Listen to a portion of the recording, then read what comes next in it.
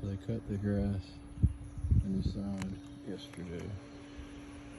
And all the clippings were all in the pool. See, it cleaned itself pretty well. Came to the sock filter, just changed it.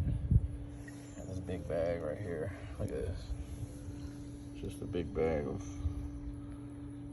grass. Pretty much. So that sock filter, it does its job. If you don't have one, I suggest you get a sock filter.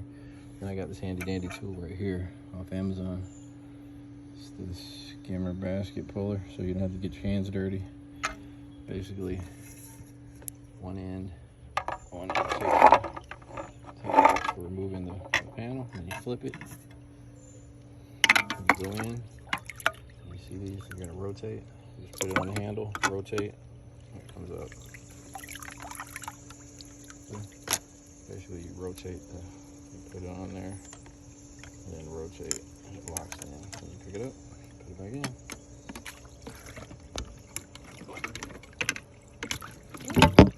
There you go. Flip it again. Put the big notch in the hole. You can carry that around. Sure. People like me that got back problems, thank you, Army. Back problems. But I don't like bending down too much. But yeah, I gotta take this big bag of grass and fine sediment. You can see that fine silt, that dirt that this filter is actually keeping from going into my big filter, the cartridge filter. Let's go look at the cartridge filter. See, there's a couple of spots where the sod is coming in. I said just keep watering it. It'll eventually turn green. I'll throw this over here. Put this down while I go to look at the cartridge, show you where the cartridge filter is at. So I had this wall built, this fence built to keep the sound or some of the noise out. They didn't come in here and cut, so I'm gonna have to come back. So the electrical, the Hayward Omni PL, PL, the smart one, Wi-Fi. Control panel, I'm thinking about moving.